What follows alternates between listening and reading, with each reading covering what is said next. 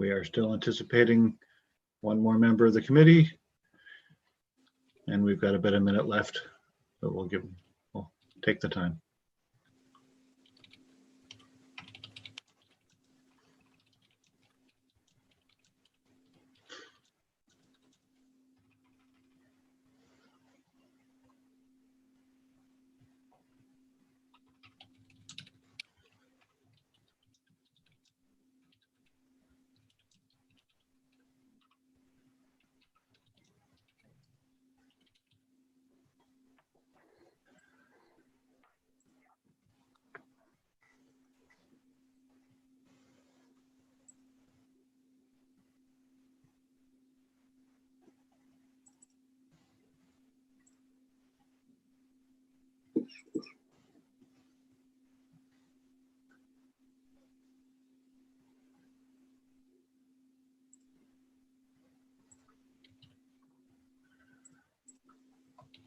Okay, well, I've got that at 6 o'clock. We are still missing Ron Gordon, but he has indicated that he will be trying to get in shortly.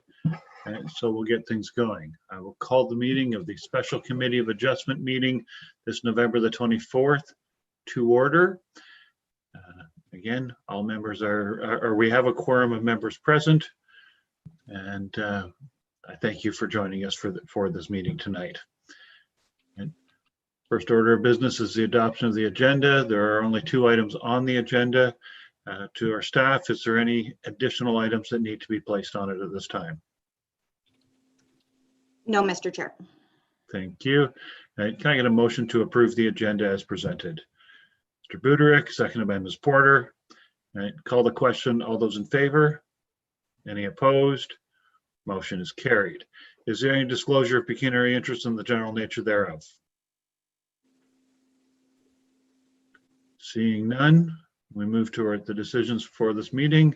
Item 3.1, and we have Ms. Furness here to give a brief presentation. Sorry, we can't hear you, Ms. Furness. Sorry about that. Thanks, Mr. Chair.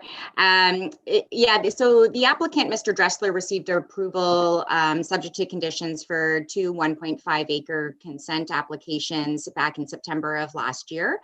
The severances will both expire on December 15th if the conditions are not fulfilled by that time. So the applicant's been working diligently over the last few months on the 5th condition, which is our standard well quality and well quantity, meeting the requirements of the Ministry of Environment, Conservation of Parks guidelines in terms of well supply assessments. A dug well was constructed on both lots and they both produced low water yield. So we were unable to satisfy those conditions for the applicant. We did reach out to the Ministry of Conservation and Parks just regarding the low water yield, and they did advise, because they were constructed shallow dug wells in clay overburden, that they would be expected to see those results. They identified some other concerns as well and had recommended that a hydrogeologist be retained to assist the proponent in obtaining a better well supply. So we have spoken with the applicant about that, and he is in favor of undertaking that work and getting a hydrogeologist out on site in order to fulfill the conditions. However, it'd be very difficult to retain one and have this work completed before December 15th. So otherwise the severances would lapse and requiring a reapplication.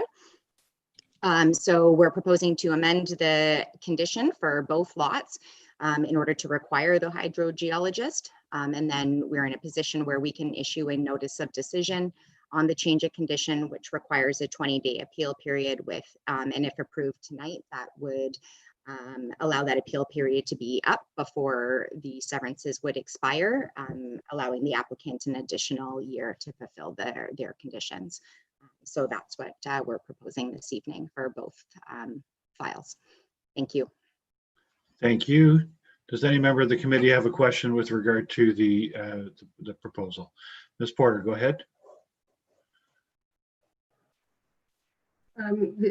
It's my understanding that this condition, we have waived these conditions before requirement of a well, because, and the rationale that we used previously in a previous decision was that when an applicant goes to apply for a building permit, I mean, obviously we want them to have a sustainable well if they're going to build a house. Otherwise, they wouldn't need a well, excuse me. So a requirement of the building permit issuance is to have satisfactory well water, both potable and in quantity and quality. So I'm just wondering, and I guess I'm more making a point. I have no problem extending the condition, but you know, it could be also another solution is to remove that condition. And I'm just bringing it up because we have done so in the past for that very reason, is that some people will sever and never build a home on it. It's obviously his intent to do so. Otherwise, he would have asked us to waive that condition. But it is a duplication, because when he does apply for a building permit, he also has to satisfy that condition for a building permit. So I just thought I'd mention that and bring that up to people and see what people thought of that. Thank you, Ms. Porter. Does Ms. Furness have any comment with regard to that before I turn back to council or to the committee? Yeah, through the chair. I mean, I think the rationale for putting that condition is, first off, it is noted in our official plan that well water quantity and quality have to be there in terms of reviewing severance applications. And I think the other piece with that is we'd be hesitant to recommend the approval of creating a lot with then conditions fulfilled that may not have future development rights and may not be able to build on if they couldn't establish the well as part of the building permit application. So that's just the rationale on why that condition is found in these severance applications. Should also note this isn't a common experience. We typically, most of the well yields have been able to met, which is why in this case we reached out to the ministry on this particular situation, because we don't typically see them this low. Thank you. Is there any other member of the committee who wishes to have a question or comment with regards to this? Seeing none, is there anyone in the audience? This is a public meeting. Is there anyone in the audience who wishes to come forward with regard to this decision? Yeah. I note that committee member Ron Gordon has now joined us. Thank you. Okay. If there's no one else that wishes to speak to it, I would look for a motion. And I'll go with Ms. Porter, seconded by Mr. Hagedorn. And any further comments? None? I'll call the question. All those in favor? Any opposed? Motion is carried. To item 3.2, presentation is the same, I'm assuming, Ms. Furness?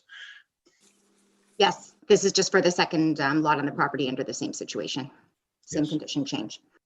Thank you. If there are no alternate comments for that, I'll look for a motion. Mr. Townend, seconded by and Ms. Parks. Thank you. Any comments? And again, I turn to the audience, but I note that there is no one in the audience at the moment. So I will call a question. All those in favor? Any opposed? Motion is carried. Thank you, Ms. Furness. I think you got the decisions that you needed to be able to move forward. Okay. I will note on the agenda that the next meeting of the Committee of Adjustment is scheduled for January the 4th. So we won't see you all until the new year, except for other meetings that we might attend. Okay. So with that, I will ask for a motion for adjournment. Mr. Buderick, seconded by Mr. Gordon. Okay.